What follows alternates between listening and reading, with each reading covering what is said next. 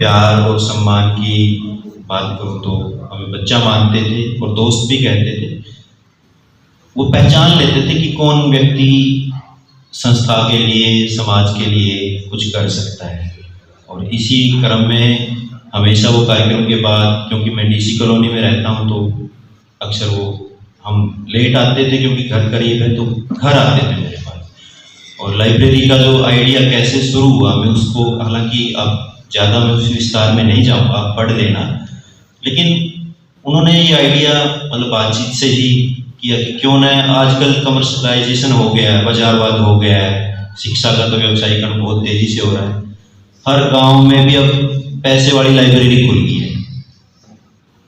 तो इस बात पे बड़े चिंतित थे कि अगर शिक्षा में भी व्यवसाय और बाजार आ गया तो गरीब और जरूरतमंद बच्चे कैसे पढ़ेंगे। सुनिए, बिल्कुल सर, क्यों ना हम जो अपने संस्थान को मतलब फुल टाइम खोल कर ऐसे जरूरतमंद लोगों के लिए पढ़ने के अवसर पैदा करें कि वो आसानी से वहां आकर बिना किसी खर्च के अपनी पढ़ाई कर सके।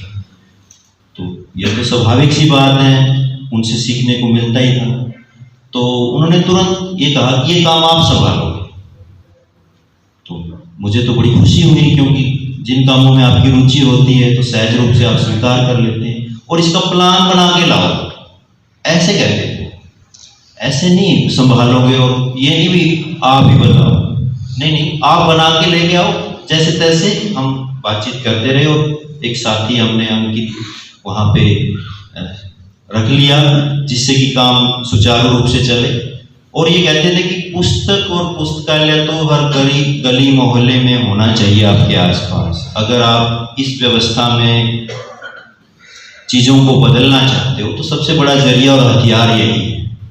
दूसरी बात यह है कि संस्थान में लाइब्रेरी जो चल रही है, इसमें ध्यान रखें, कोई भी जो लड़की यहाँ पे पढ़ना चाहती है, चाहे वो नजदीक से है चाहे दूर, सबसे पहले सीट उनको मिलनी चाहिए, क्योंकि हमारे पास 20-25 ही सीटें हैं, इंफ्रास्ट्रक्चर इतना ही है।